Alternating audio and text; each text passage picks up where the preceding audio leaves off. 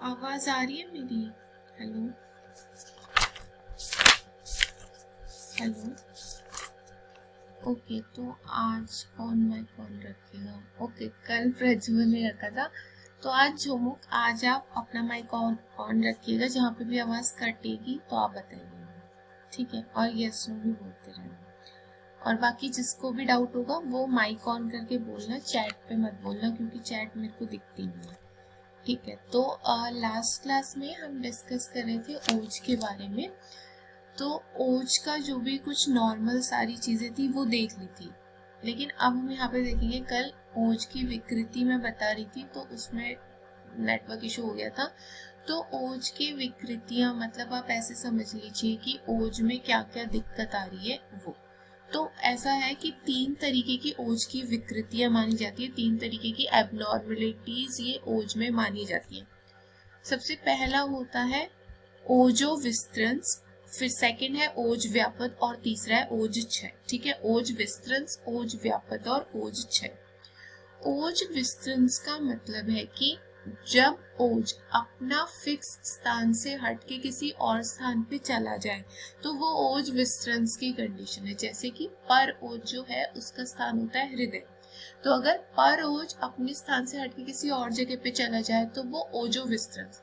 इसी तरीके से आप ऐसे भी सोच सकते हैं कि अपने स्थान से हट रहा है, ठीक है, लेकिन जो ओज पूरे शरीर में हमारे व्याप्त है, अपर ओज जो है पूरे शरीर में जो व्याप्त है, वो कैसे अपनी जगह से हट सकता है? इसका आपको ऐसे समझना है कि पूरे शरीर में तो व्याप्त है, अब पूरे शरीर में मूवमेंट थोड़ी करा होगा, हर जगह का अपना फिक्स होगा। कुछ हमारे पक्वाशय में, कुछ आमाशय में, हर जगह में अपना अपना फिक्स होगा। तो जो उसका पर्टिकुलर जगह है वो अगर वहां से हटके किसी और स्थान पे चला जाए तो वो ओजो विस्तृंस की कंडीशन होती है। तो क्या लिखा है कि ओज के अपने स्थान से चलायमान होने की प्रक्रिया को ओज विस्तृंस कहते हैं। अब इसके लक्षण क्या हमको देखने के लिए मिलते हैं कि संधियों में विश्लेषण होना, मतलब जॉइंट्स पेन वगैरह की दिक्कत हमें होगी, ठीक है? शरीर के अंगों में पीड़ा होना। बेसिकली क्या है कि ओज एक तरीके से हमारी बॉडी की इम्यूनिटी है, ठीक है? तो जब हमारी इम्यूनिटी जाएगी तो अनेक तरीके के रोग हमें देखने के लिए मिलेंगे। तो उस चीज को आप रिलेट कर सकते हैं कि संधियों में पेन होने लगे, जब हम कमजोर हो जाते हैं तो हल्का सा भी कुछ खरोच भी आए, तो जब हम बीमार होते हैं तो बीमार फीवर वगैरह में आप सभी ने नोटिस किया होगा कि हम बहुत ज्यादा बीमार जब रहते हैं तो उस टाइम पे क्या थोड़ी सी भी चीज हमको परेशान करती है। तो वैसी कंडीशन है कि संधियों में विश्लेषण होगा, हमें जॉइंट पेन लगेगा, ठीक है? अंगों में पीड़ा होगी, दोषों का भी स्वस्थान से भ्रंश हो जाएगा, मतलब दोष भी अपनी पर्टिकुलर जगह से हट जाएंगे और इनमें भी दिक्कतें आने लगेंगी। क्षय हो जाए, किसी का क्षय हो जाएगा, किसी का प्रकोप हो जाएगा। उसके अलावा मानसिक, शारीरिक व वाचिक क्रियाओं का भी रुक जाना, क्योंकि हमने कल पढ़ा था कि ओज का क्या है, ओज का स्थान हृदय माना है, और ऐसा कहते हैं कि हृदय ही सारी गतिविधियों को कंट्रोल कर रहा है, सारी चेष्टाओं को, सारी एक्टिविटीज को कंट्रोल कर रहा है। तो चाहे वो बॉडी से रिलेटेड हो, मेंटल हो, या वो हमारे बोलने वगैरह की प्रक्रिया हो, सब कुछ हमारे हार्ट से कंट्रोल हो रही है, ऐसा कल हमने पढ़ा था। तो ये सारी चीजें हमें देखने मिलेंगी ओजो विस्तृंस की कंडीशन में। क्या ये समझ आया आप लोगों को? ठीक है, अब हम देखेंगे ओज व्यापक। सेकंड तरीके की विकृति है ओज व्यापक। तो ओज व्यापक में क्या होता है कि ओज अपने स्थान पे रहता है, बस ये है कि दूसरे दोष आके इसको दूषित कर देंगे। दूसरे दोष भी खुद से तो चल के नहीं आएंगे, वात ही उनको लेके आएगा। तो आप इसे समझ लीजिए कि दूसरे दोष दूषित करें तो एक वात तो हो गई, साथ में वो कुछ और भी ले आएगा अपने, या तो कफ ले आएगा या पित्त ले आएगा। तो क्या है कि स्वस्थान में स्थित ओज का दोषों के द्वारा दूषित होना ही ओजो व्यापक है। मतलब अपने ही स्थान पे स्थित है जब ओज, तो वो अपनी जगह से हटेगा तो वो तो ओजो विस्तृत हो जाएगा। लेकिन जब अपने ही स्थान पे फिर भी उसमें कोई दिक्कत आ रही है क्योंकि बाकी के दोष आके उसमें मिल रहे हैं, तो वो ओजो व्यापक की कंडीशन है। अब इसमें क्या हमको अलग अलग लक्षण मिलेंगे। स्तंभ गुरु गात्रताम। स्तंभ गुरु गात्रताम का मतलब होता है कि गुरु गात्रताम का मतलब कि भारीपन हमको यहाँ पे देखने के लिए मिलेगा।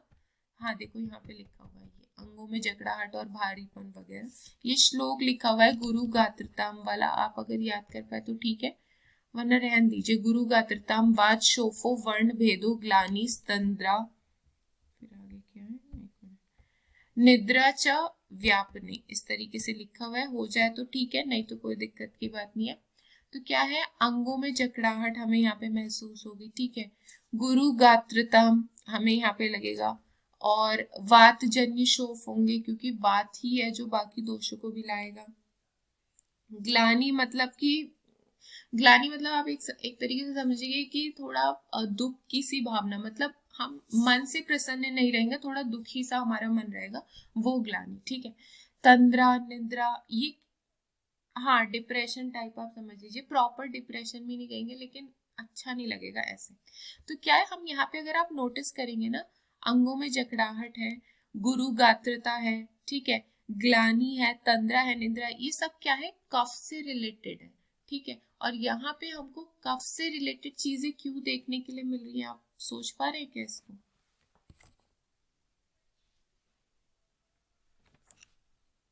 देखिए क्या होता है कि मैंने कल बताया था, जो प्राकृत कफ है हमारी बॉडी का वो ओज के जैसा है, ठीक है। प्राकृत कफ जो हमारी बॉडी में बैलेंस्ड स्टेट में जो कफ हमारी बॉडी में रहता है वो एक तरीके से ओज की तरह हमारी बॉडी में काम करता है। तो क्या है, जब वो कफ दूषित होगा, मतलब हमारा ओज ही दूषित हो रहा है, कुछ भी आके उसमें मिले, चाहे वात पित्त कफ में से कुछ भी मिले, लेकिन वो तो दूषित हो ही रहा है। तो वो अगर दूषित होगा तो वो उसकी विकृति के लक्षण ही शो करेगा।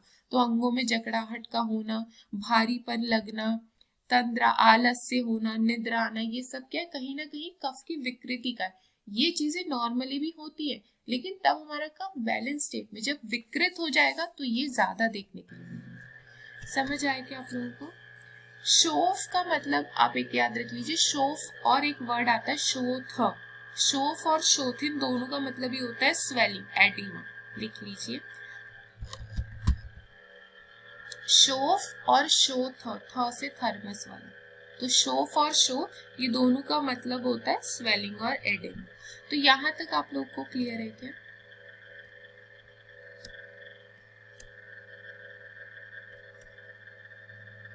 ठीक है, अब नेक्स्ट रहता है ओज क्षय। अब जब हमारा इम्यूनिटी ही खत्म है तो आपको यहाँ पे सारे वो लक्षण लिख देने, कमजोरी वाले लक्षण आपको ओज क्षय में लिख देने। साइड में लिख लीजिए कि ओज क्षय में क्या लिखेंगे, सारे कमजोरी वाले लक्षण, जैसे मूर्छा है, चक्कर आ रहा है, ठीक है, मांस क्षय हो रहा है, अनेक सारी धातुओं का ही क्षय होगा, यहाँ पे मांस कोई स्पेशल नहीं है, ठीक है। मोह मतलब एक तरीके से चक्कर आना, प्रलाप, प्रलाप मतलब कि वो बिल्कुल पागलों जैसी हरकतें करा, बिल्कुल अब उसको अपने माइंड पे कंट्रोल नहीं है। मृत्यु भी ओज के नष्ट होने से हो जाती। तो ये रहता है ओज क्षय, ओज विस्तृंस और ओज व्यापक के बारे में। आपको समझ आया क्या? ठीक है, ये हमारा एक टॉपिक रहता है। इसके अलावा अब हम पढ़ेंगे बल के बारे में, इसी के आगे बढ़ना। तो बल, बल मैंने बताया था कि बल और ओज कहने के लिए ये कहते कि सेम है। आप खुद ही सोचिए, अगर एक्चुअल में 100% सेम होते तो एक ही साथ बता देते, अलग अलग टॉपिक बनाने की क्या जरूरत थी। तो एक्चुअल में ये सेम नहीं होते हैं। ओज है हमारी सारी धातुओं का सार भाग, सारी धातुओं का निचोड़ जो है वो है ओज, और उस ओज से मिलने वाला जो बल है, उस ओज से मिलने वाली जो स्ट्रेंथ, जो शक्ति हमें उस ओज से मिलती है वो कहलाती है बल। तो देखिए क्या लिखा है कि शरीर में रोग निग्रह शक्ति को बल कहते हैं। मतलब रोग निग्रह मतलब कि रोगों को दूर करने वाली, रोगों से लड़ने वाली, व्याधि या डिजीज से फाइट करने के लिए जो हमारी बॉडी में शक्ति है उसी को बल कहते हैं।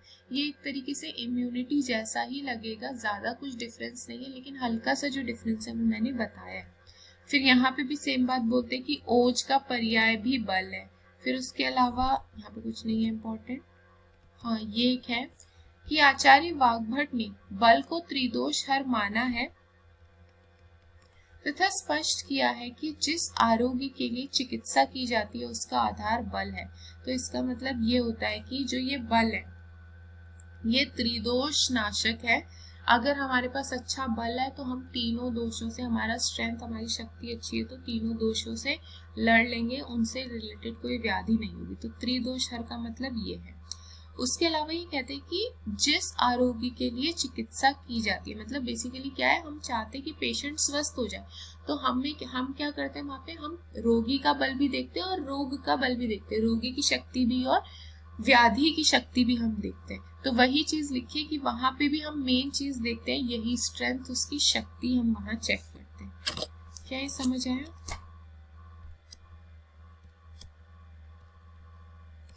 ठीक है।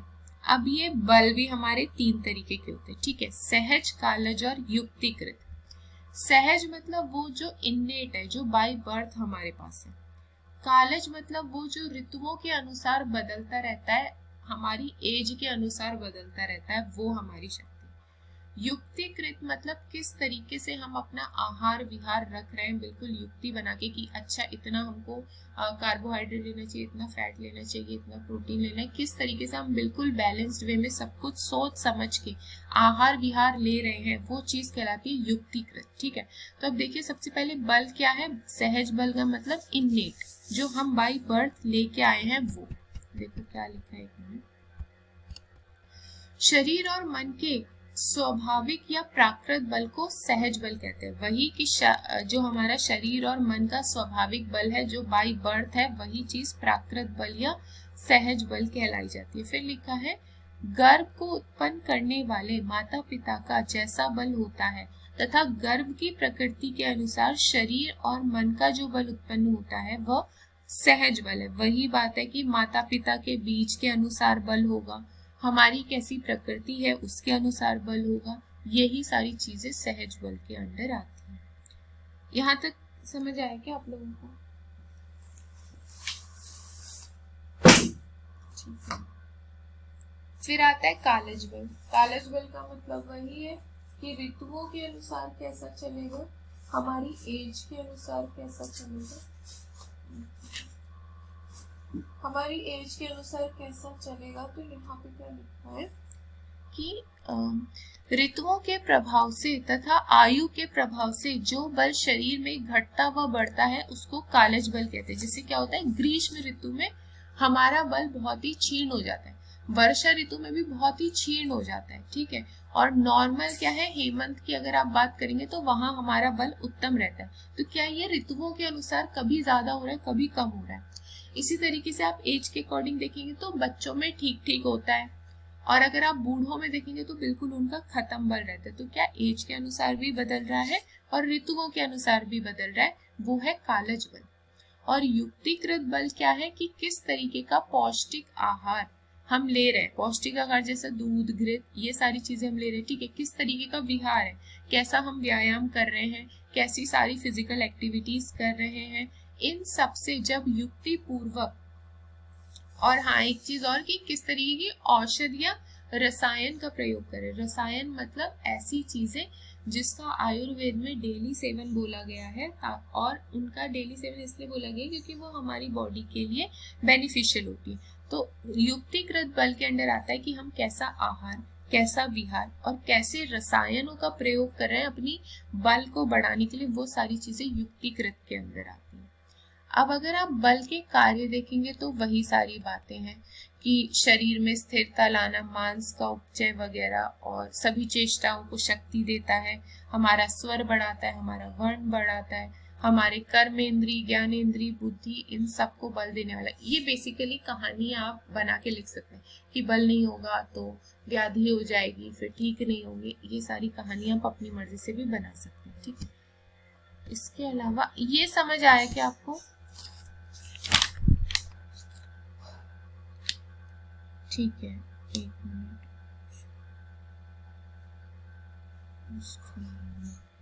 ठीक है, मैं आपको अब एक न्यू टॉपिक बताती हूँ, अष्ट महागध का 5। हाँ बताइए।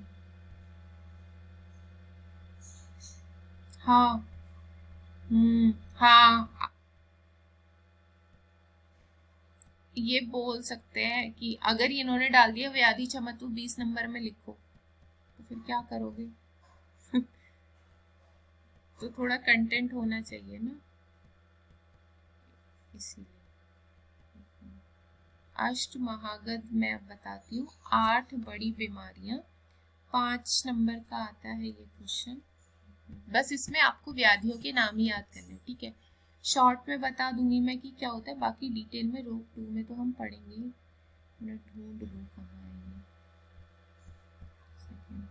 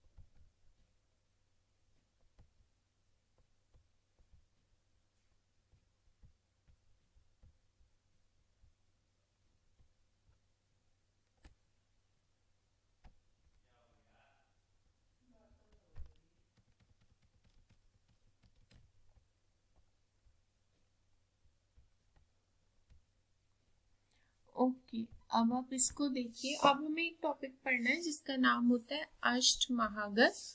महागध का मतलब बड़ी बीमारियां, ठीक है। अष्ट मतलब 8, तो हम इस टॉपिक के अंडर पढ़ते हैं 8 बड़ी बीमारियां। ये 5 नंबर का टॉपिक है। इसमें सिर्फ आपको व्याधियों के नाम पता होना चाहिए कि कौन से आचार्य ने किस व्याधि को अष्ट महागध के अंदर रखा है, ठीक है। तो चरक, सुश्रुत और अष्टांग के अकॉर्डिंग आपको पता होना चाहिए, मतलब चरक, सुश्रुत और वाग्भट के अकॉर्डिंग आपको याद रखना है। सभी ने 8-8 मानी है। तो देखते हैं अब क्या है कि देखिए, सुश्रुत और जो अष्टांग हृदय के हैं इसमें आपको सारे कॉमन मिलेंगे, सिर्फ एक का अंतर आता है। सुश्रुत ने जहां, हाँ किसी कुछ कहना है? हेलो, हाँ कुछ कहना है क्या किसी? अच्छा,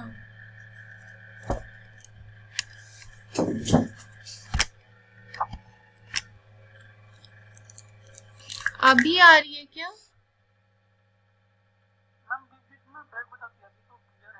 अच्छा, जब ब्रेक, हाँ जब ब्रेक होगी तो बता दीजिएगा। हाँ, तो मैं बता रही थी कि हमें यहाँ पे पढ़ना होता है अष्ट महागध के बारे में, मतलब 8 बड़ी बीमारियों के बारे में। यहाँ पे बेसिकली हमें 3 आचार्यों के अकॉर्डिंग उनकी उनकी 8 बीमारियां याद रखनी है। पेपर में 5 नंबर में ये टॉपिक आता है कि अष्ट महागध के बारे में लिखिए, तो वहां पे हमें चरक के अनुसार भी लिखना होता है, सुश्रुत और अष्टांग सबके अकॉर्डिंग लिखना होता है। तो क्या है कि सुश्रुत और जो वाग्भट जी हैं, यानी कि जिन्होंने अष्टांग के जो राइटर है, तो हमारा सुश्रुत और वाग्भट के अकॉर्डिंग सारी व्याधियां सेम होती है, सिर्फ एक ही अलग होती है। सुश्रुत मूड गर्भ को मानते हैं, यानी कि आप ऐसा समझ लीजिए, मूड गर्भ का मतलब अबॉर्शन, जो मतलब कि क्या कहते हैं इसे, प्रॉपर जो इसके लिए, हाँ आप इसको एबॉर्शन ही मानेंगे कि मूड गर्भ का मतलब एबॉर्शन। और यहाँ पे अष्टांग हृदय ने यहाँ पे ग्रहणी मान लिया। ग्रहणी एक्चुअली आपकी एक, बस अभी के लिए ये समझ लीजिए कि एक इंटेस्टाइन से रिलेटेड व्याधि होती है, ठीक है। अब मैं आपको इनकी कॉमन बताऊं तो दोनों ने वात व्याधियां जो है उनको महागध में माना है। प्रमेह को सुश्रुत ने भी माना है, प्रमेह को अष्टांग हृदय ने भी माना है।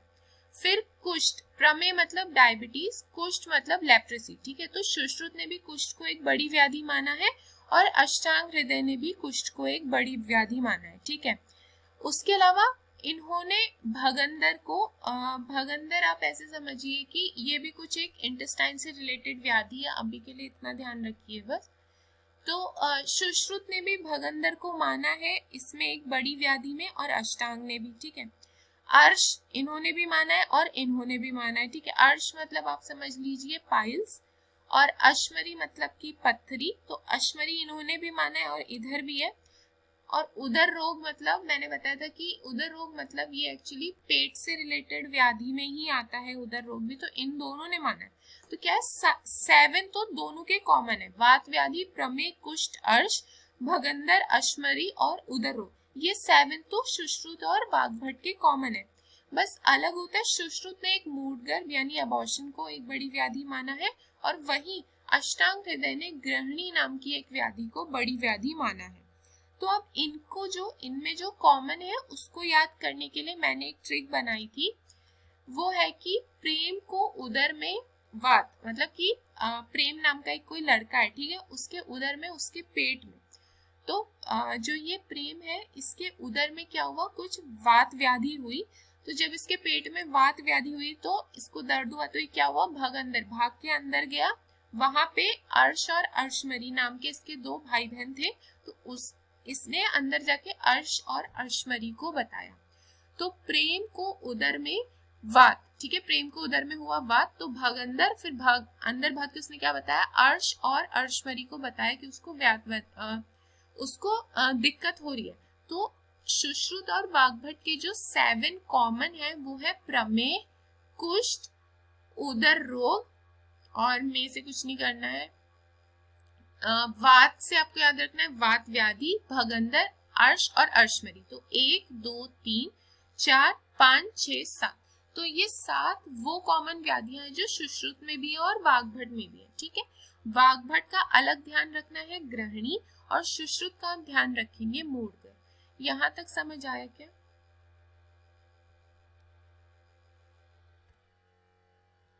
हेलो,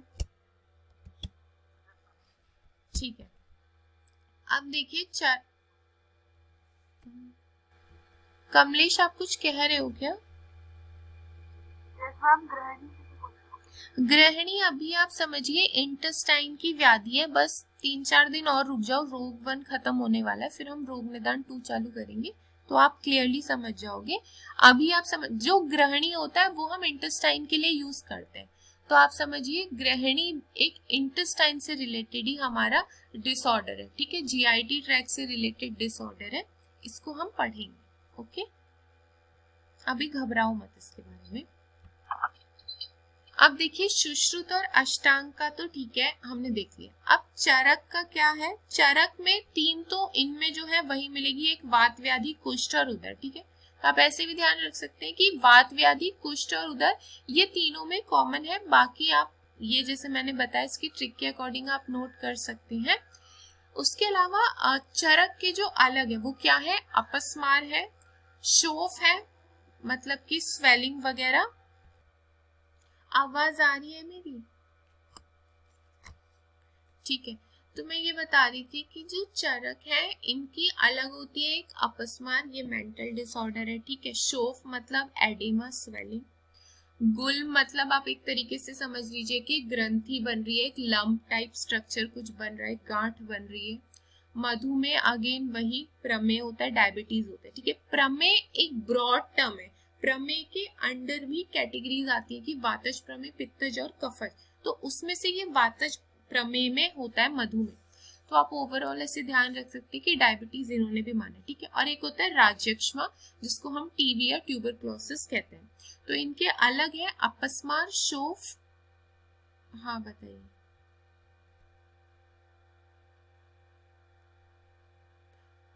नहीं, मधुमेह वातज प्रमेय है।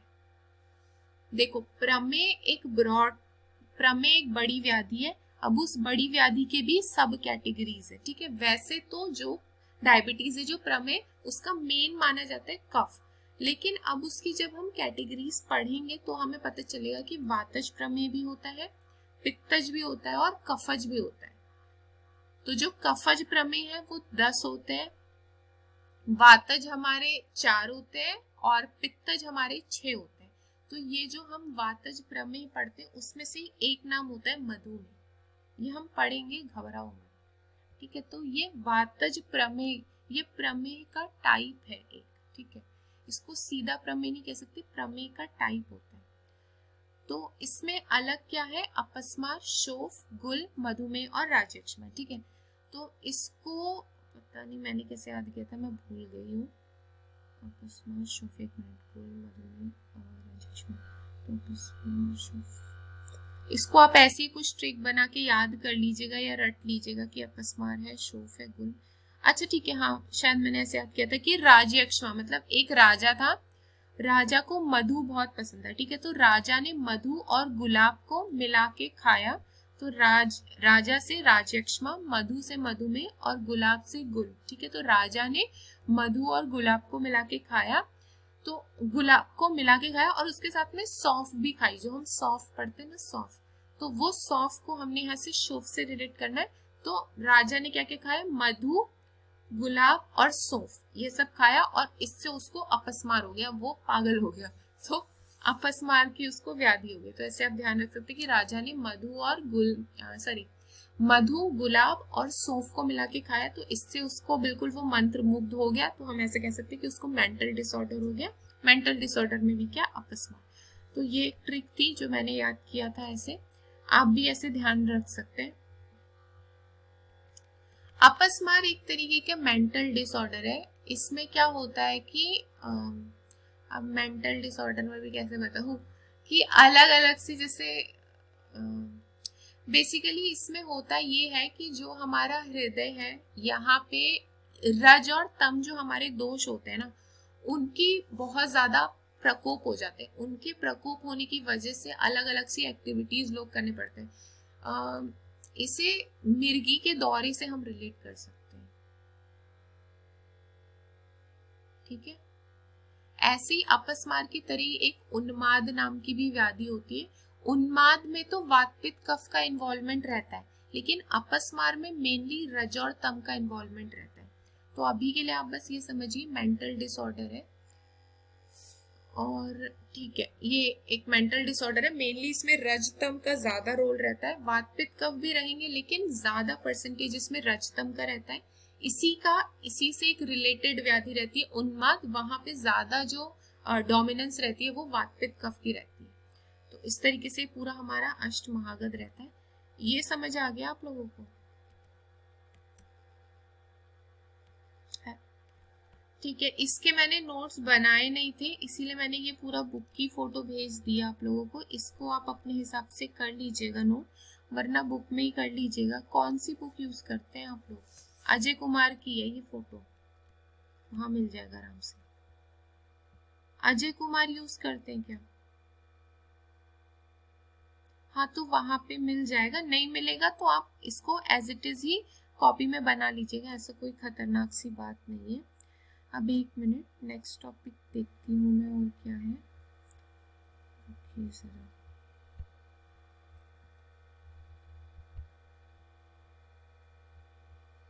हाँ, वो मुझे याद है, वो मैं बताती हूँ। उसके मेरे खुद के नोट्स नहीं मिल रहे हैं ना, मैं आपको करवा दूंगी, घबराहूँ मत।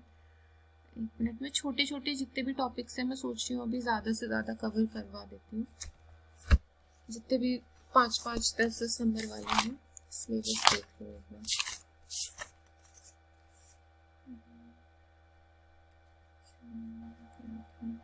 हाँ, मैं व्याधि वाला कराती हूँ, एक मिनट है, व्याधि का क्लासिफिकेशन, इसके नोट्स भेज रही हूँ मैं ग्रुप में।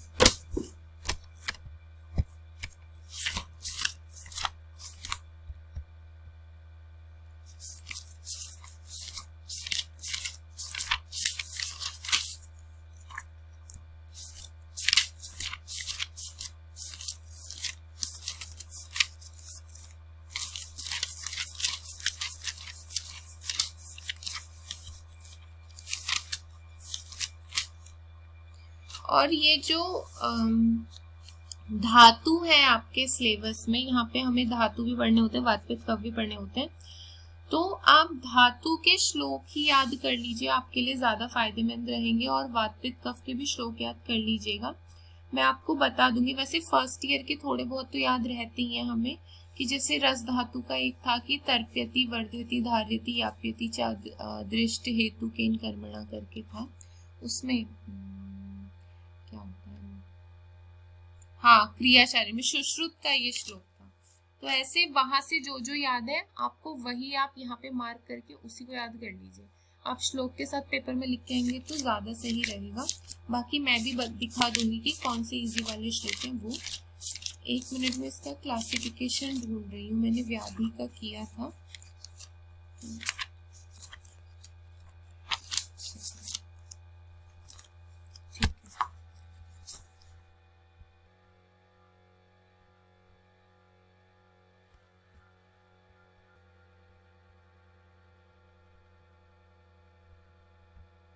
ओके, तो अब हम लोग अपना नेक्स्ट टॉपिक करेंगे जो कि है व्याधि। ठीक है, व्याधि विज्ञान अध्याय करके एक चैप्टर है, उसके बारे में पढ़ेंगे।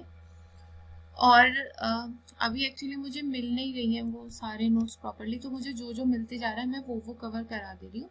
बाकी कल जो निदान पंचक में से जो कुछ भी बचा हुआ है कल की क्लास में मैं वो खत्म करा दूंगी, ताकि पार्ट बी जो है वो आपका पूरा कवर हो जाए। ये जो आज टॉपिक कराएं ये आपको पार्ट 1 में मिलेंगे। ठीक है, तो मैं दिखा दूंगी कि कहाँ पे है। तो अभी व्याधि विज्ञान अध्याय, ठीक है, इसमें थोड़ा सा व्याधि की परिभाषा, उसके सिनोनिम्स और उसका क्लासिफिकेशन बेसिकली हमें देखना होता है। व्याधि मतलब डिजीज, तो यहाँ पे हम डिजीज की डेफिनेशन, डिजीज के सिनोनिम्स और डिजीज के क्या क्या क्लासिफिकेशन है वो देखेंगे। तो सबसे पहले क्या परिभाषा है इसकी, इजी वाली परिभाषा ये है कि आचार्य चक्रपाणी कहते हैं कि आप या तो श्लोक याद कर लीजिए कि विविध दुख माद धातिति व्याधि, या तो इसे कर लीजिए, या इजी ये है कि जो भी शरीर और मन में विविध प्रकार के दुखों को उत्पन्न करे वो व्याधि। मतलब जो भी हमें मानसिक रूप से दुख पहुंचाएगी, जो हमें शारीरिक रूप से कष्ट पहुंचाएगी, वो सभी व्याधियां। तो आचार्य चक्रपाणी के अनुसार शरीर एवं मन में विविध प्रकार के दुखों को उत्पन्न करने वाले को व्याधि कहते हैं। ठीक है, ये इजी सी इसकी डेफिनेशन है। अब आती है बात इसके पर्याय की। ठीक है, इसके पर्याय होते हैं और पर्याय में हमें ये एक्सप्लेन भी करना होता है यहाँ इस सिचुएशन में कि ये जो पर्याय, इसका नाम मतलब इसका जो भी ये पर्याय दिया हुआ है ये दिया हुआ क्यों है। ठीक है, तो देखिए यहाँ पे इसके पर्याय हैं व्याधि, व्याधि का व्याधि, ये लोग ऐसे ही करते हैं, जो नाम है उसको ही डाल के पर्याय बोल देंगे।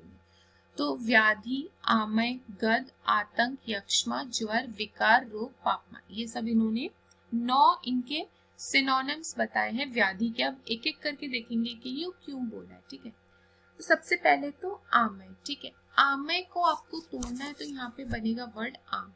आम मतलब अनडाइजेस्टेड फूड, वही सॉरी। तो आयुर्वेद में क्या कहते हैं कि जितने भी रोग उत्पन्न हुए हैं उनका कारण कहीं ना कहीं आम को माना जाता है, कहीं ना कहीं उस दूषित अनडाइजेस्टेड फूड को माना जाता है। तो क्या लिखा है कि शरीर में आम उत्पत्ति से, मतलब आम की उत्पत्ति से व्याधियां उत्पन्न होती हैं, इसीलिए व्याधि का जो सिनोनिम है हमने आमय लिया है।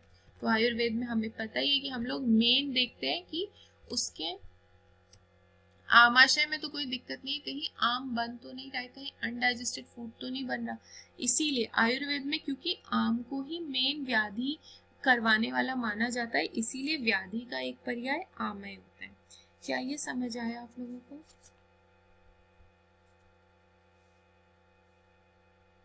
देखो, आमय का मतलब है आपको आमय वर्ड को तोड़ना है। तो देखिए यहाँ पे मैं बताऊं,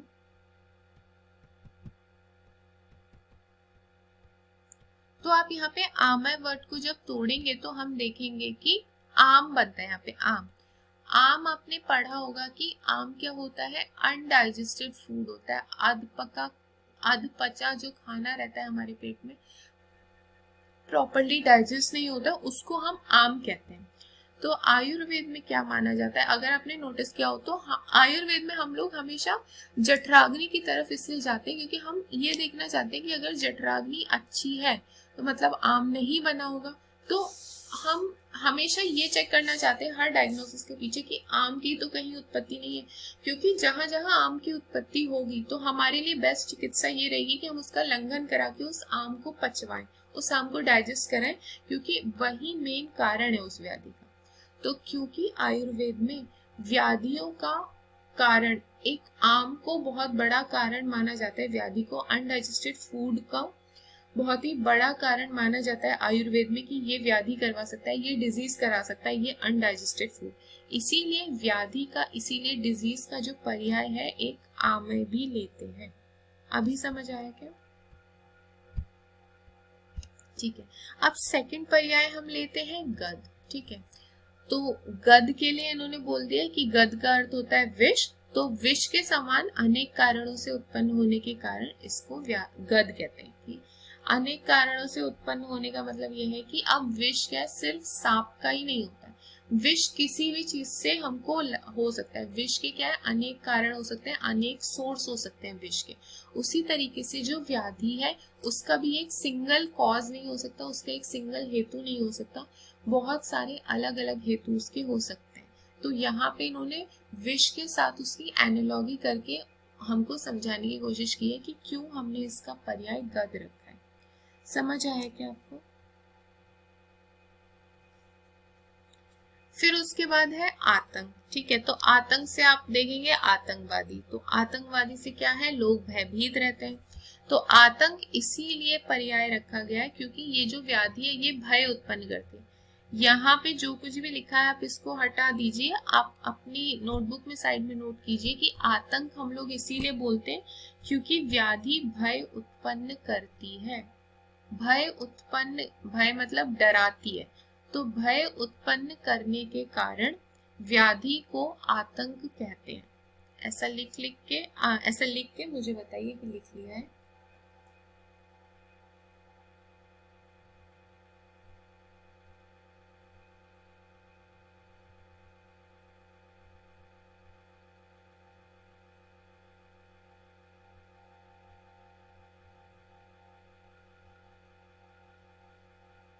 लिख लिया क्या? ठीक है,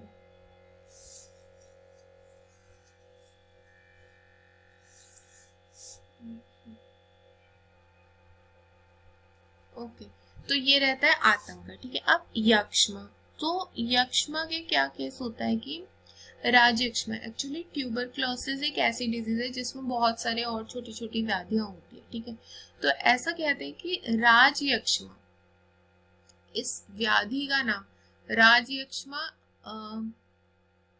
इसीलिए पड़ा है कि, चलिए इसकी तो स्टोरी मैं आपको चरक में बताऊंगी, इसे छोड़िए। अब बस ये समझ लीजिए कि ट्यूबरक्लोसिस में क्योंकि बहुत सारी अलग अलग और छोटी छोटी बीमारियां हमें देखने के लिए मिलती है, उसी तरीके से क्योंकि उसमें बहुत सारी छोटी छोटी हमें व्याधियां देखने के लिए मिलती है, तो हम ऐसा कह देते हैं कि जो ये राजयक्ष्मा है, ये राजयक्ष्मा एक रोगों का समूह है। तो उसी तरीके से क्या है कि व्याधि में भी हमें बहुत सारे सिम्टम्स और साइन और सिम्टम्स हमको देखने के लिए मिलते हैं व्याधि में, तो इसीलिए हम कह देते हैं कि व्याधि में क्या है, लक्षणों का समूह है, साइन और सिम्टम्स का उसमें समूह रहता है। और हम यहाँ पे राजयक्ष्मा से व्याधि की एनालॉगी बनाते, राजयक्ष्मा से डिजीज की एनालॉगी बनाते। कैसे? राजयक्ष्मा में बहुत सारी व्याधियां होती हैं छोटी छोटी, उसी तरीके से व्याधि के बहुत सारे साइन और सिम्टम्स होते हैं, इसीलिए इस, अच्छा देखिए मैं कह रही हूँ कि राजयक्ष्मा जो है हमारी एक ऐसी व्याधि होती है जिसमें कि बहुत सारी छोटी छोटी एसोसिएटेड डिजीज हमको उससे रिलेटेड देखने के लिए मिलती है। तो क्या है, हम ऐसा कह देते हैं कि जो राजयक्ष्मा है ये रोगों का समूह है, ये ग्रुप ऑफ डिजीज है, ये एक सिंड्रोम है, ऐसा हम कह देते हैं। तो इसी तरीके से हम व्याधि को क्या देखते हैं कि व्याधि में बहुत सारे लक्षण हमें देखने के लिए मिलते हैं, बहुत सारे लक्षणों का समूह है, बहुत सारे साइन और सिम्टम्स हमको एक पर्टिकुलर डिजीज में देखने के लिए मिलते हैं।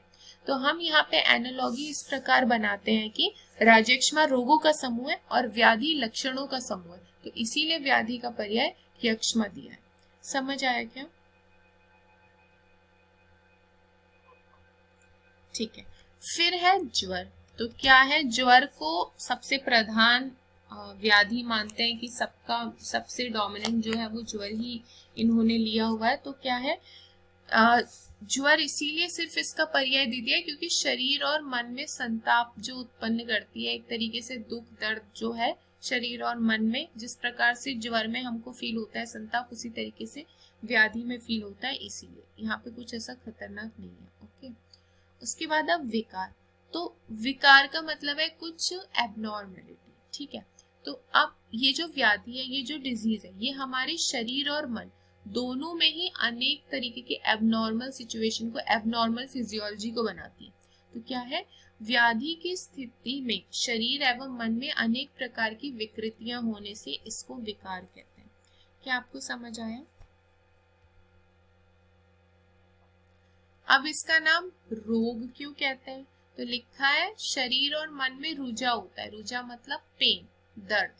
तो क्या है कि जब कभी भी कोई व्याधि होगी तो हमारे शरीर और मन में रुझा होती है, इसीलिए इसको रोग कहते हैं। समझ आया क्या? फिर पापमा, तो पापमा इसे क्यों कह रहे हैं? क्योंकि ऐसा मानते हैं कि पुराने जन्मों का जो पाप कर्म है उसके फल स्वरूप भी हमें इस जन्म में व्याधियां होती हैं। तो जो पुराने जन्मों का, अभी आ रही है क्या? अभी भी कट रही है? ठीक है।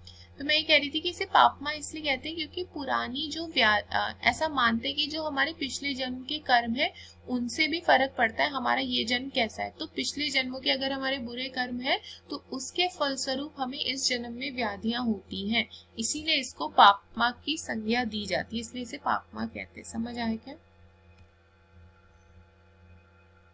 और दुख इसको इसीलिए कहते हैं क्योंकि ये पीड़ा उत्पन्न करता है। अब ये लिख लीजिए कि पीड़ा उत्पन्न करता है, वेदना देता है, दर्द देता है, ये बात अलग है। आप इजी लैंग्वेज में लिख लीजिए कि दुख इसीलिए कह रहे हैं इसको क्योंकि ये पीड़ा उत्पन्न करता है।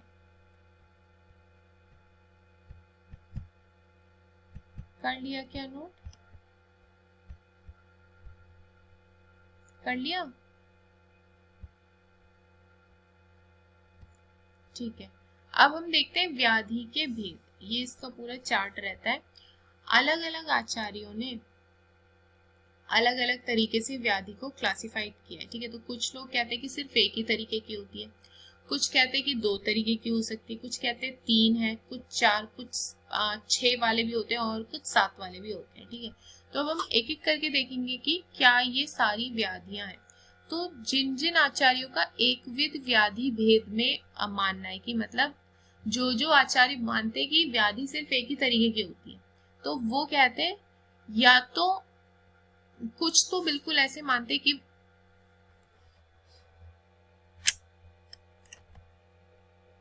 अभी ठीक है क्या?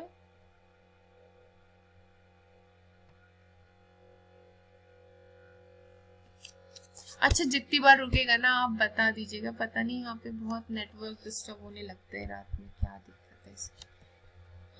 जब जब नहीं, आप बता दीजिएगा, कोई दिक्कत नहीं। आप 1-2 मिनट सोना करिए, जो बीच में छूट जाती है चीज वो रिपीट करवा लीजिएगा। तो मैं बता रही थी एक विध व्याधि के भेद के बारे में। तो कुछ आचार्यों ने ऐसा माना है कि व्याधि एक ही तरीके की होती है, ठीक है। तो कुछ आचार्य मानते हैं कि व्याधि सिर्फ रुक सामान्य, और कुछ मानते हैं कि कर्मज ही व्याधियां होती हैं। तो जो आचार्यों का ये मत है कि रुक सामान्य होती हैं व्याधियां, तो उनका ऐसा मानना है कि रुक सामान्य, रुक जो ये वर्ड है इसका मतलब होता है पेन, ठीक है, रुक सामान्य। तो आचार्य लोग कुछ कहते हैं कि रुक सामान्य ही होती हैं सारी व्याधियां, मतलब हर व्याधि में पेन होता है, तो सारी व्याधियां एक जैसी है, कोई क्लासिफाई करने की जरूरत नहीं, सबकी सब पेन वाली हैं, तो रुक सामान्य, ऐसा कुछ आचार्य मानते हैं। अब कुछ ऐसा मानते हैं कि कर्मज व्याधियां, वही कि हम कुछ आचार्य मानते हैं कर्मज व्याधियां। कर्मज व्याधियां का मतलब कि ऐसी व्याधियां जो पिछले जन्म के फल स्वरूप हमको देखने के लिए मिली हैं। तो एक विध के अंदर 2 मत रहते, ठीक है। एक विध में 2 टाइप्स हमें देखने के लिए मिलेगा, या तो कुछ आचार्य मानेंगे कि सब रुक सामान्य है, सारी व्याधियां, सारी व्याधियों में पेन है, या कुछ आचार्य मानते हैं कि कर्मज होती हैं व्याधियां, पुराने जो पिछले जन्मों के जो हमारे कर्म है उसके फलस्वरूप हमें व्याधियां मिलती हैं। तो ये मत रहता है, ये जो पॉइंट ऑफ व्यू रहता है एक विध व्याधि भेद में। ये समझ आया क्या?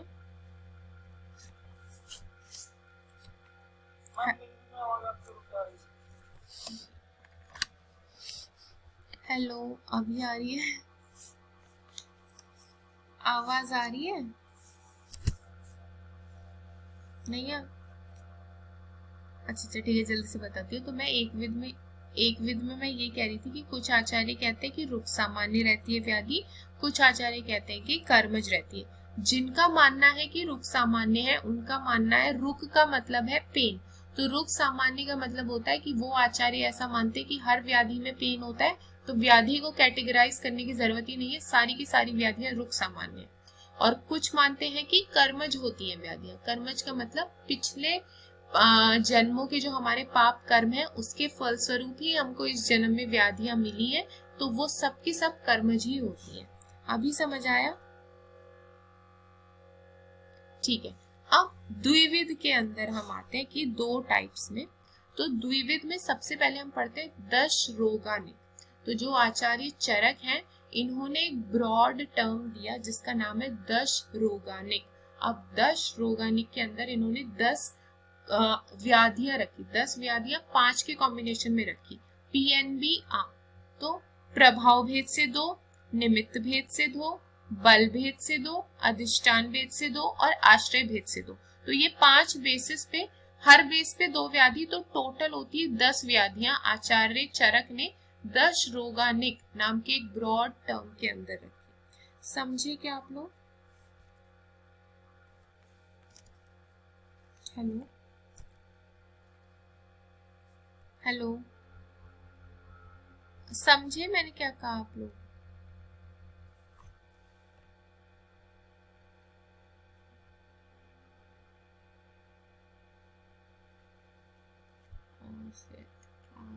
कल से मैं दूसरे रूम में बैठा करूंगी।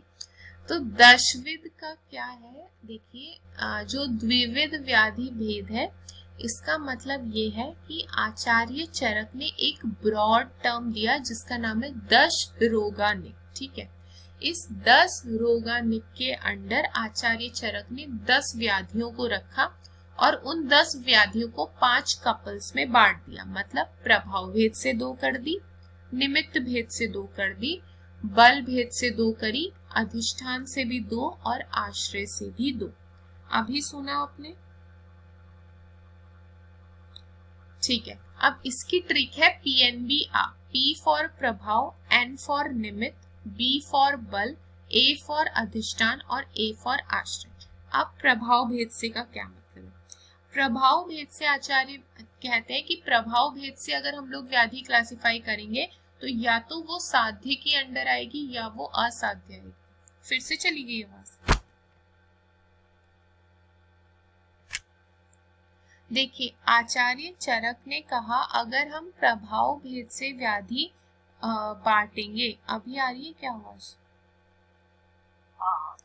तो आचार्य चरक ने कहा कि अगर हम प्रभाव भेद से व्याधियां बांटें तो हम ऐसा कह सकते हैं या तो वो व्याधि साध्य हो जाएगी या वो असाध्य होगी। आप लोग नोट करिए, प्रभाव भेद से व्याधि साध्य और असाध्य होती है। तो साध्य मतलब जो क्योर हो जाए और असाध्य मतलब जो ठीक ही ना हो, तो ये रहता है प्रभाव भेद से। अब आचार्य चरक ने कहा निमित्त भेद से। प्रभाव भेद नोट कर लिया क्या? अब निमित्त भेद के अंडर लिखिए 2 चीज, स्वधातु वैषम्यज, स्वधातु वैषम्यज, और सेकंड है आगंतुज। फर्स्ट है स्वधातु वैषम्यज, सेकंड है आगंतुज। ये दोनों चीजें निमित्त में है, लिख लिया?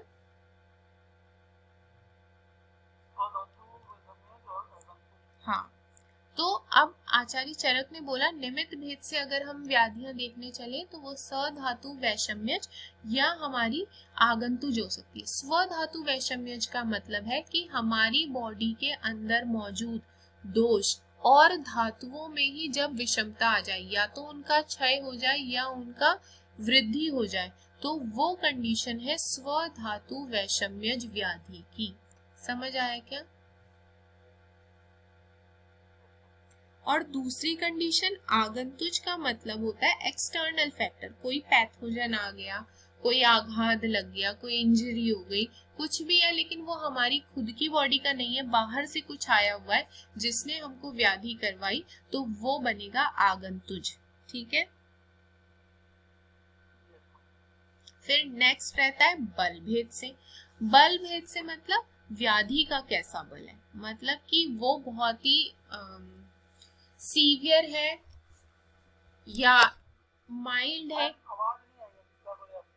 मैंने कहा कि बल भेद से आचार्य चरक ने कहा कि व्याधि को हम ऐसे बांट सकते हैं कि वो बहुत सीवियर है, ये माइल्ड है, किस तरीके की, ठीक है, व्याधि का बल कैसा है, डिजीज कैसी है। तो बल भेद में आप लिखिए, एक उन्होंने कहा मृदु और दूसरा कहा दारुण। एक कहा मृदु, दूसरा कहा दारुण। लिख लिया? लिखिए, बताइए फिर।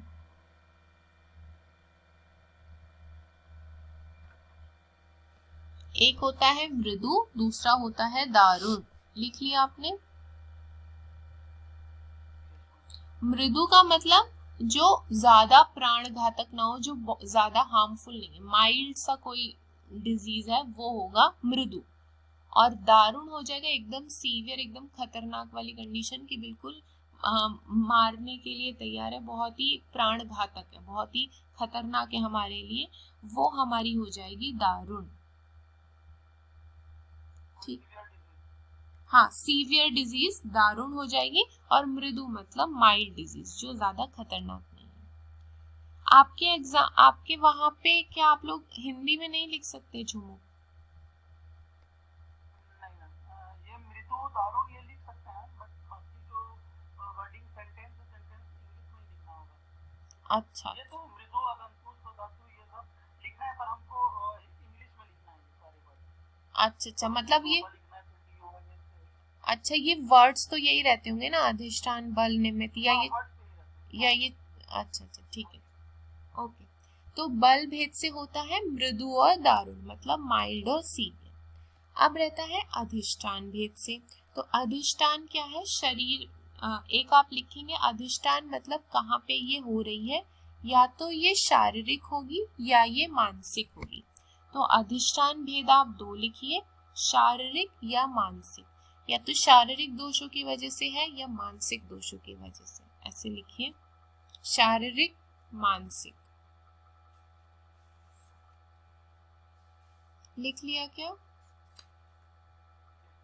अब नेक्स्ट आता है आश्रय भेद से कि हुई कहाँ पे है। तो आश्रय भेद में इन्होंने दो ही माना है, आमाशय और पक्वाशय। फिर से कट रही है,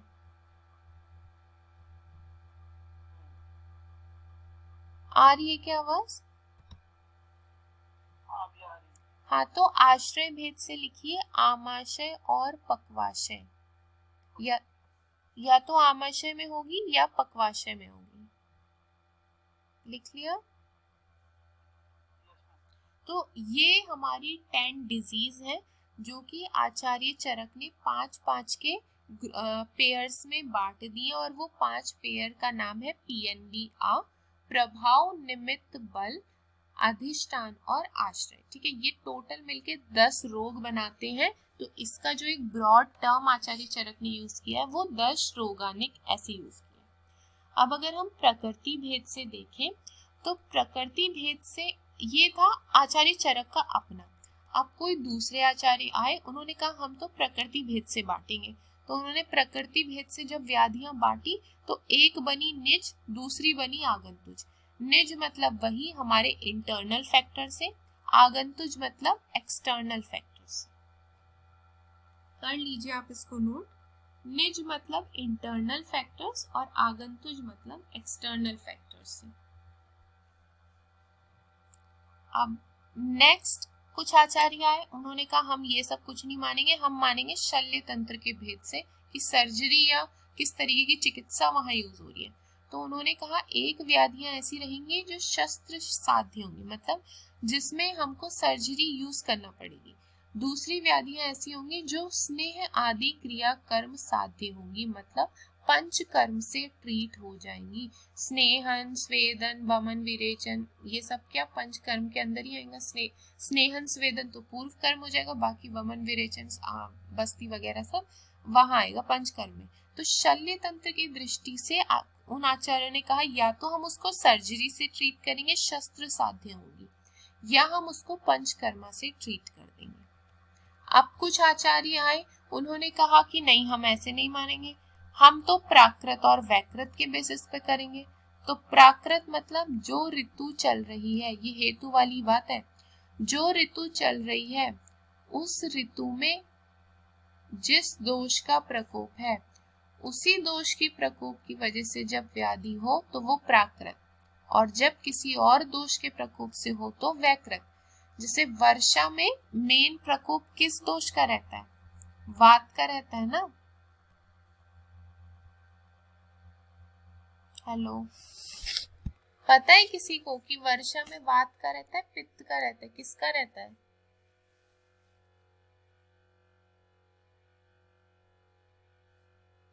हेलो।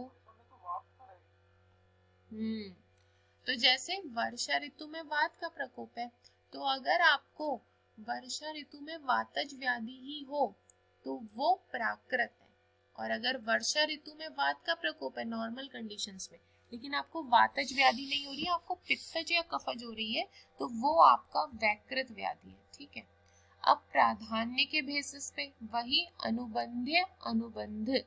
अनुबंध्य मतलब अपने ही, ये आप हेतु वाली यहाँ पे भी लाइन लिख सकते हैं कि अनुबंध्य मतलब वो चीज जो कि अनुबंधी के अंदर आप वो लिख सकते हैं, जैसे कि कोई ऐसी व्याधि जो कि उसके जैसे भी कॉज लिखे हैं शास्त्रों में, वो उन्हीं कॉज से, उन्हीं हेतुओं से हो रही है, और जैसा जैसा ट्रीटमेंट उसके लिए शास्त्रों में लिखा है, जैसा जैसा ट्रीटमेंट बुक्स में उसके लिए लिख रखा है, और उन्हीं चीजों से वो शांत भी हो जा रही है। तो इस तरीके की जो व्याधि रहेंगी, फिर से कट रही है,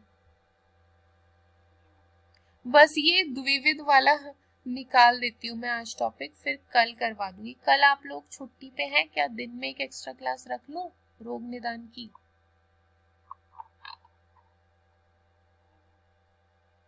नहीं है कल छुट्टी पे? कल तो सैटरडे है। जाना? अच्छा, कितने बजे तक आ जाएंगे आप लोग? 4 बजे वाली ले पाएंगे? 4:30 वाली?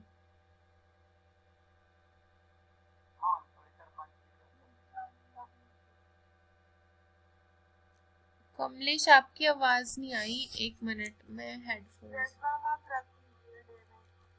अच्छा ठीक है, डेली आ जाएंगे क्या आप 4:30 से 5:30, बस 1 घंटा? सब आ जाएंगे?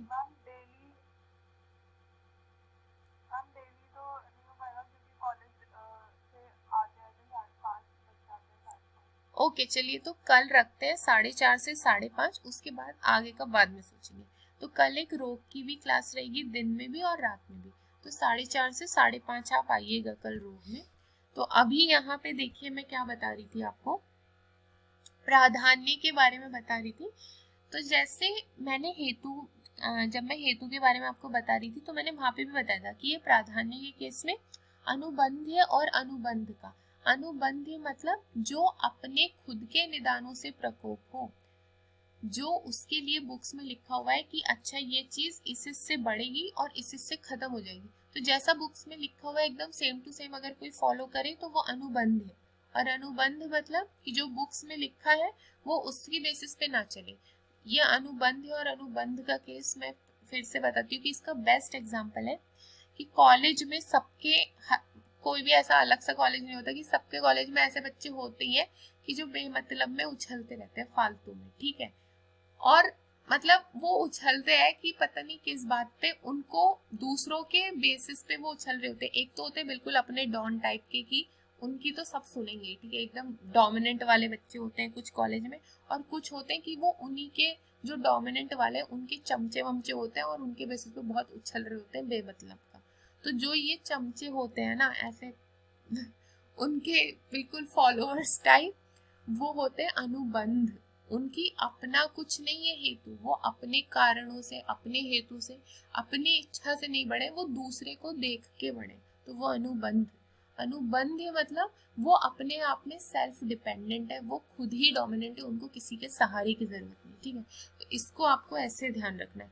तो ऐसी व्याधियां जो अपने खुद के निदानों से, खुद के हेतुओं से बढ़े और उसमें उसके लिए जो शास्त्रों में विधि लिखी हुई कि ये इसकी चिकित्सा है और उसी चिकित्सा से वो ठीक भी हो जाए, तो वो अनुबंध व्याधि है।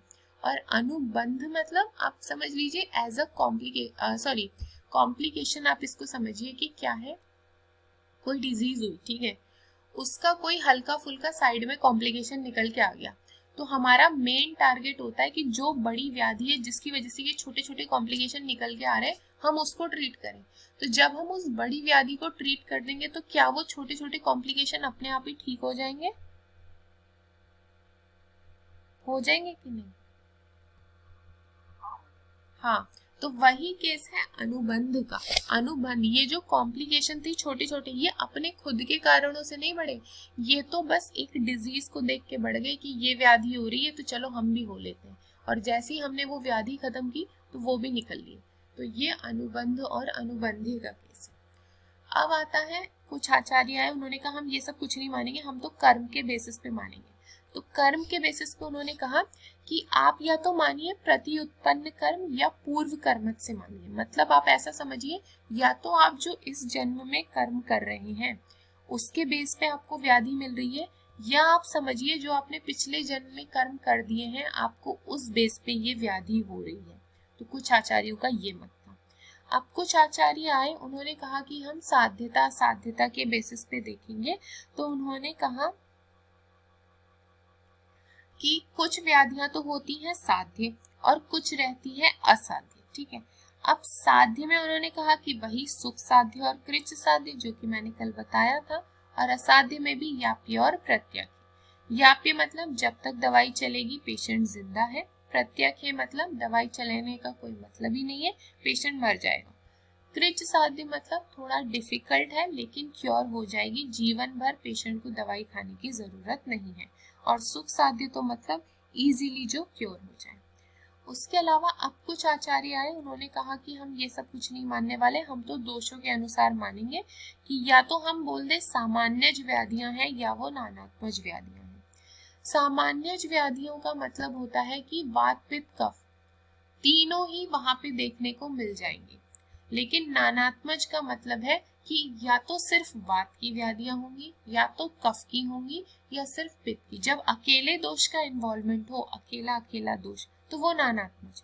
सामान्य में तीनों दोष का इन्वॉल्वमेंट रहेगा, ठीक है। समझ आया क्या आपको ये पूरा द्विविध का? ठीक है।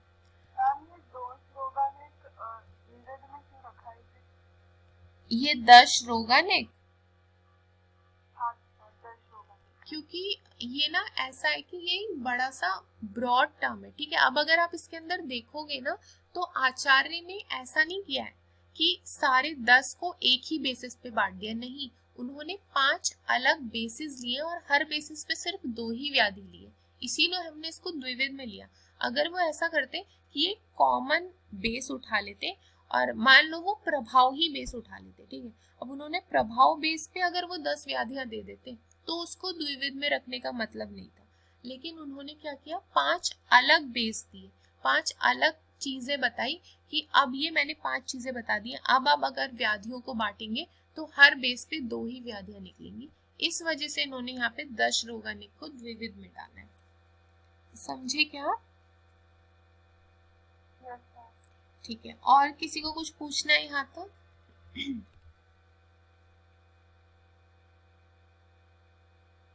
ठीक है, चलिए अब हम आगे बढ़ते हैं त्रिविध वाला नेक्स्ट पेज पे, तो मैं बाद में बताऊंगी। तो चतुर्विध, सप्तविध और षड्विध देख लेते हैं एक बार।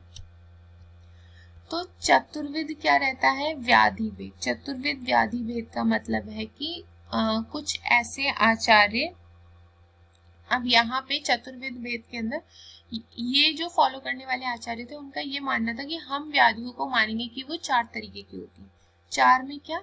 एक बोला उन्होंने आगंतुज, दूसरा बोला शारीरिक, फिर बोला मानसिक, और फोर्थ बोल दिया उन्होंने स्वाभाविक। तो आगंतुज मतलब वही एक्सटर्नल फैक्टर से होने वाली, शारीरिक मतलब कि शारीरिक दोषों का इन्वॉल्वमेंट रहेगा, मानसिक मतलब ये मानसिक दोषों का इन्वॉल्वमेंट रहेगा, स्वभावज का मतलब उन्होंने माना था कि स्वाभाविक में हम वो सब ले सकते हैं जो हमारी नेचुरल अर्ज होती है, उनको उन्होंने व्याधि मान लिया। कि जैसे हम नॉर्मल सो रहे हैं, भूख लग रही है, प्यास लग रही है, थकान हो रही है, जो नॉर्मल चीज है, अगर ये बहुत ज्यादा लेवल पे होने लगे तो उन्होंने उसको स्वाभाविक मान लिया। समझ आया क्या आपको?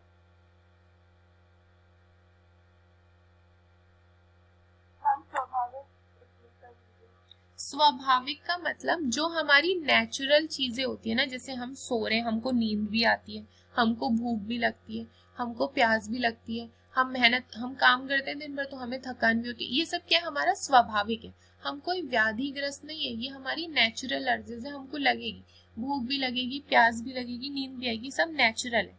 तो ये आचार्यों ने, जिनका चतुर्विध व्याधि भेद मानना था, जिनका मानना था कि 4 तरीके की व्याधियां होती है, उन्होंने कहा कि हम स्वाभाविक जो हमारी अर्जेज है, जो स्वाभाविक चीजें हम फील करते हैं डेली लाइफ में, उनको भी व्याधि मानेंगे। तो हमें अगर नींद आ रही है, हमको भूख लग रही है, प्यास लग रही है, वो सब भी हम मानेंगे कि वो स्वाभाविक व्याधियां हैं, वो अपने आप हो रही है। ऐसे समझ आया क्या? ठीक है। अब फिर कुछ आचार्यों का मानना था षड्विध व्याधि भेद। तो षड्विध में उन्होंने 6 रसों के आधार पर मान लिया कि मधुर रस व्याधि, अम्ल रस से व्याधि, पित्त से मतलब मधुर अम्ल लवण तक कटु तिक्त कषाय, इन सभी से कुछ ना कुछ व्याधि होती है। ऐसा ठीक है, इसको ज्यादा डिटेल में नहीं जाना, सिर्फ नाम लिख के आइएगा कि मधुर रस से उत्पन्न व्याधि, अम्ल रस से उत्पन्न व्याधि, बस। बुक में इससे ज्यादा दिया भी नहीं हुआ। तो ये हमारा मोटा मोटा क्लासिफिकेशन है एकविध, द्विविध, चतुर्विध और षड्विध का। अब मैं सप्तविध का क्लासिफिकेशन बताऊं तो सप्तविध में 3 मत हमको देखने के लिए मिले। एक तो दोषों के अनुसार, दूसरा मत मिला हमको वाग्भट का, दूसरा पॉइंट ऑफ व्यू मिला वाग्भट का, और तीसरा मिला हमें सुश्रुत का।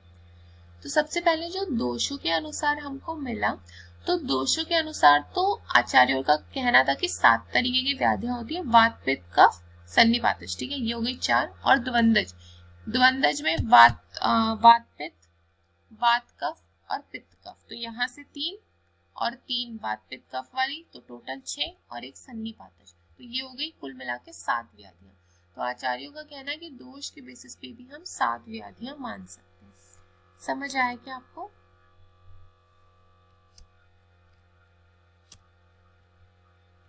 हेलो, ठीक है। अब हम देखेंगे वाग्भट जी के अनुसार। तो वाग्भट जी का कहना था कि सहज व्याधि होती है गर्भज, जातज, कालज, पीड़ाजन्य, प्रभावज और स्वभावज। ठीक है, तो सबसे पहले सहज। सहज का मतलब जेनेटिकल, मतलब इननेट, बाय बर्थ। तो लिख लीजिए सहज मतलब जेनेटिकल। तो ये जेनेटिकल व्याधि है, जो कहीं ना कहीं जेनेटिक्स में कुछ गड़बड़ी हो गई हो, क्रोमोसोम डीएनए नंबर में कुछ गड़बड़ी हो गई हो, तो उस वजह से होने वाली ये सहज व्याधि है, जेनेटिकल व्याधि है ये। ठीक है। अब गर्भज व्याधि, गर्भज मतलब वही कि जो अगर गर्भिणी स्त्री है, जो प्रेग्नेंट लेडी है, अगर उसका आहार विहार खराब हो जाए, वो मिथ्या आहार विहार खाने लगे, तो उससे जो व्याधि उसके संतान को होगी वो गर्भज व्याधि है। ठीक है, ये लिख लीजिए आप, साइड में शॉर्ट में लिखते रहिए। गर्भज मतलब प्रेग्नेंट लेडी के मिथ्या आहार विहार से।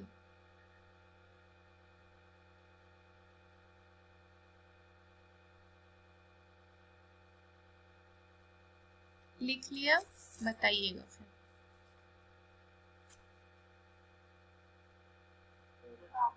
ठीक है, अब जातज में आप लिखिए वात, पित्त, कफ, रजतम। ये सारे दोषों से अगर कोई रोग उत्पन्न होगा तो वो जातज है। लिखिए वात, पित्त, कफ और रजतम।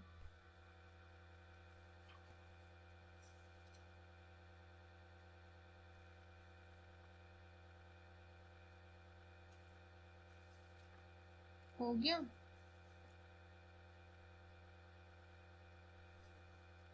ठीक है, उसके बाद हाँ, कालज। कालज में ऋतुओं के अकॉर्डिंग, वही कि जो ऋतु चल रही है उसके हिसाब से होगी, तो प्राकृत, वैकृत, ऐसे। तो जो ऋतुओं के अनुसार होगा वो कालज। ये सब मैंने यहाँ बता तो दिया, एक बार आप रीड भी करिएगा अपनी बुक से, जहां डाउट रहेगा वो मुझे बताइएगा। कालज मतलब ऋतुओं के अनुसार।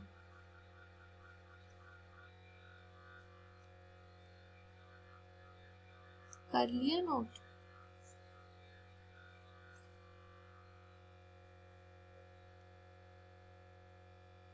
लिख लिया कालज? ठीक है। अब आप लिखिए पीड़ाजन्य। पीड़ाजन्य मतलब आगंतुज। पीड़ाजन्य को आगंतुज माने, एक्सटर्नल फैक्टर वाला माने।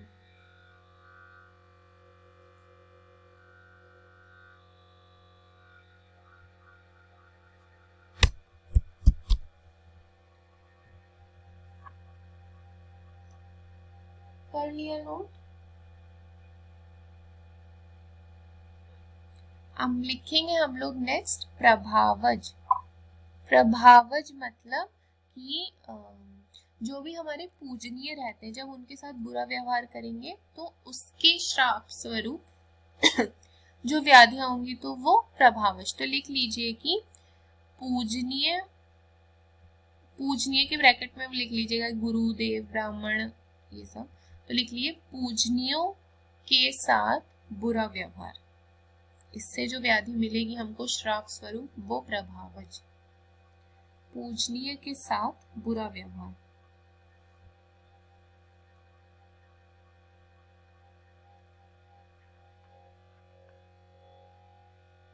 कर लिया नोट?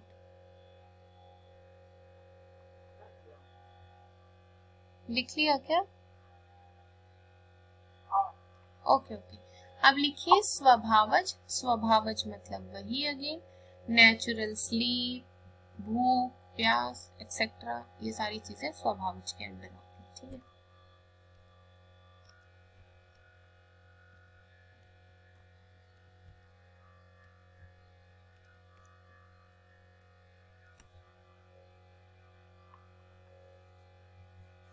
कर लिया नोट?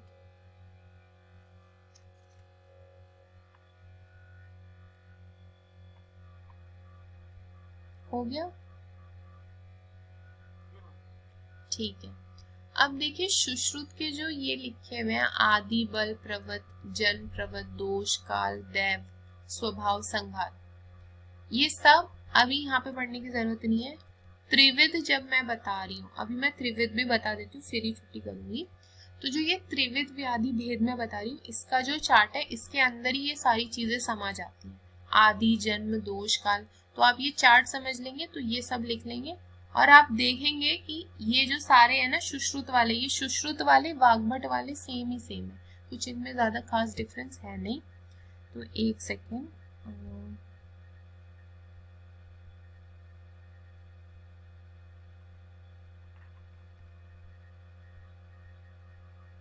हाँ तो देखिए त्रिविध व्याधि भेद। ठीक है, अब त्रिविध में तीन मेन कैटेगरी मान ली है, आध्यात्मिक रोग, आधि भौतिक रोग, आधि दैविक रोग। ठीक है, तीन ब्रॉड कैटेगरीज हैं। तो सबसे पहली कैटेगरी जब हम उठाएंगे आध्यात्मिक रोग, तो आध्यात्मिक रोग में तीन चीजें आ जाएंगी, आदि बल प्रवत, ये भी सुश्रुत का है, जन प्रवत, जन बल प्रवत, ये भी हमारे सुश्रुत का है, और दोष बल प्रवत रोग। ठीक है, उसके अलावा वैसे मैं बताऊं तो ये इतना कुछ आपके सिलेबस में दिया नहीं हुआ है, तो कभी आपसे वो ये पूछेगा नहीं कि त्रिविध क्लासिफिकेशन मेरे को करके बताओ, कभी एग्जाम में आता नहीं है। ये फालतू मुझे लग रहा है कि ये ज्यादा हो जाएगा, क्योंकि मैंने बहुत सारे क्लासिफिकेशन बता दिए हैं।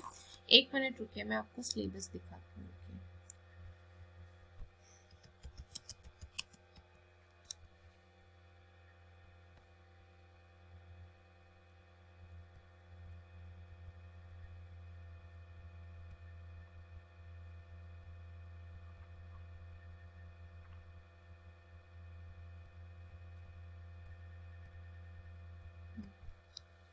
ये हम अभी जो हमने कवर किया है वो इसमें आता है पेपर 1 के पार्ट 2 में। तो हमने देख लिया है ये डेफिनेशन, सिनोनिम, क्लासिफिकेशन ऑफ व्याधि एंड व्याधि घटक। ये व्याधि घटक का कुछ क्लासिफिकेशन कोई मतलब नहीं है इसका, फिर भी मैं एक बार चेक कर लूंगी कि अगर इसका कुछ मतलब बनता है तो। वैसे इसका कोई मतलब बनता नहीं है, मैंने तो पढ़ा नहीं था, फिर भी देख लूंगी, ठीक है। तो हमने ये चीज तो देख ली है। उसके अलावा हमने नॉमेनक्लेचर देख लिया है ऑफ डिजीज इन आयुर्वेदा, ठीक है। तो ये व्याधि नामकरण लिखा हुआ है, तो व्याधि नामकरण के अंदर यही है जो मैंने चार्ट वार्ड बताया है। तो criteria for nomenclature of disease in Ayurveda, सिर्फ इन्होंने इतना ये दिया हुआ है। एक सेकेंड, नॉमेनक्लेचर, अच्छा ये व्याधि नामकरण है, एक मिनट, तो क्लासिफिकेशन का है, रुको रुको, सामान्य एक्चुअली हाँ ये रहा ना क्लासिफिकेशन ऑफ व्याधि, तो सिर्फ फर्स्ट पॉइंट ये अभी कवर हुआ है। ये नामकरण वाला मैं देख के आऊंगी कि किस तरीके से नॉमेनक्लेचर वाला पूरा काम है।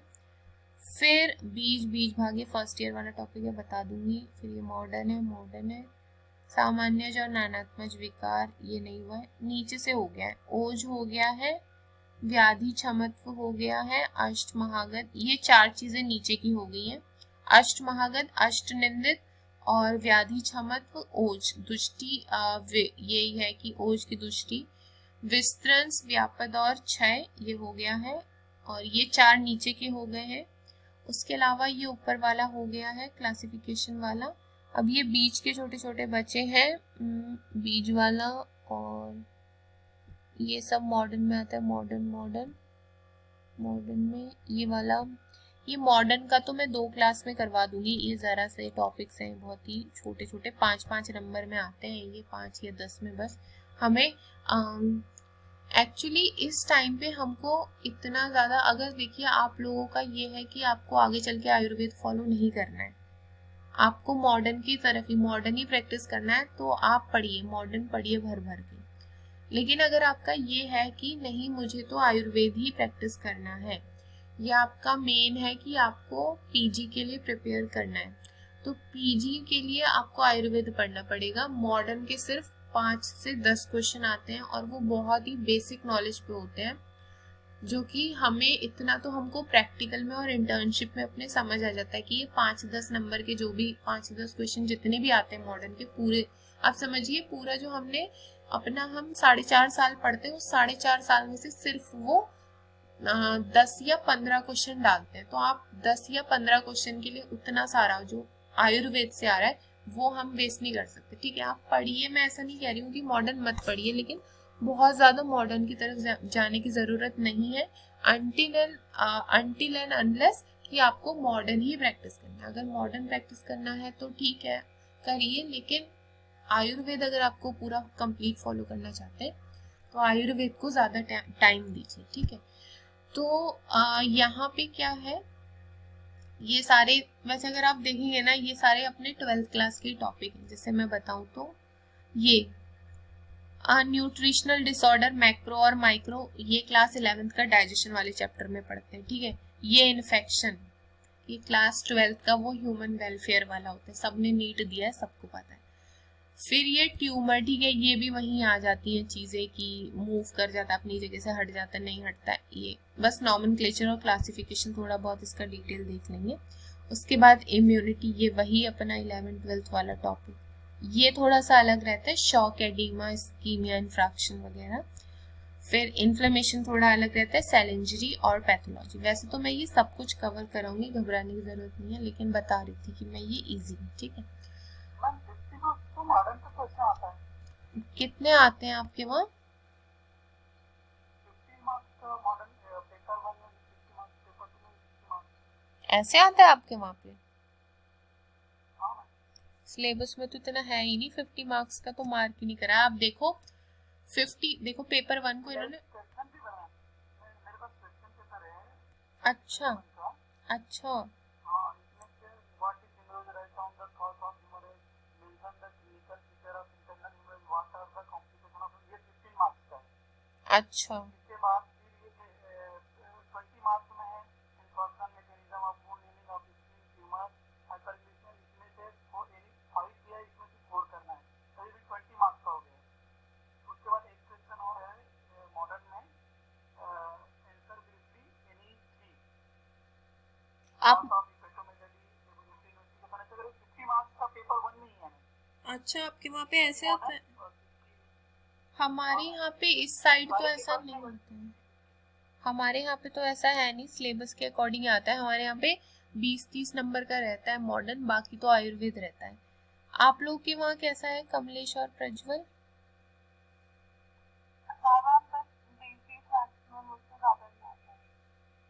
प्रज्वल आपके वहाँ पे?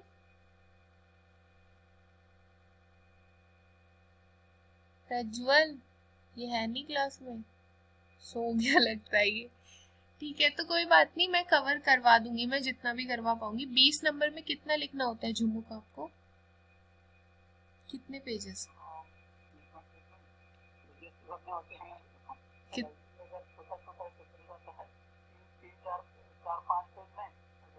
तो 20 मार्क्स के में 20 मार्क्स में आपको 5 पेज ही तो भरने होते होंगे।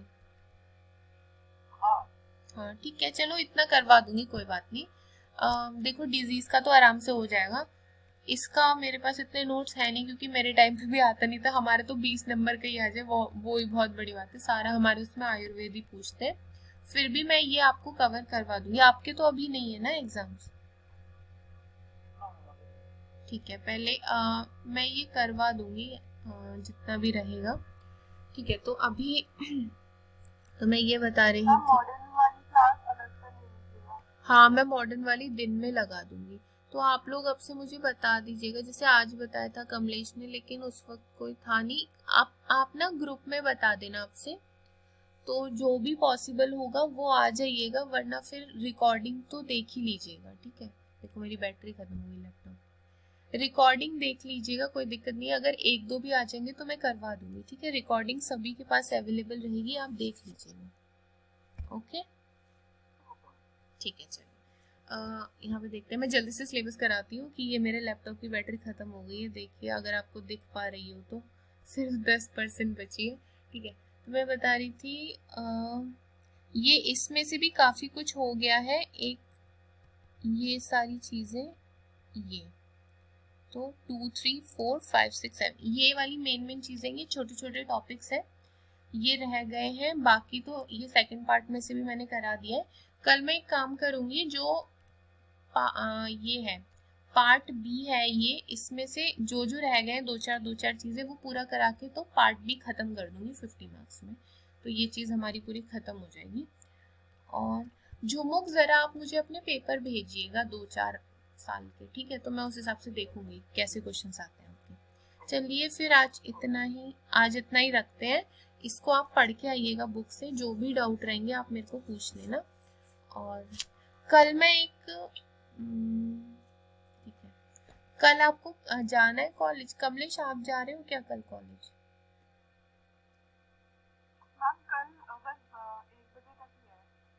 अच्छा, तो फिर मैं 2-3 बजे एक डिजीज वाली क्लास रख देती हूँ। 1-2 डिजीज जितनी भी कवर होगी करा देती हूँ, बाकी लोग रिकॉर्डिंग देख लीजिएगा उसकी। ठीक रहेगा क्या? ठीक, चलो फिर।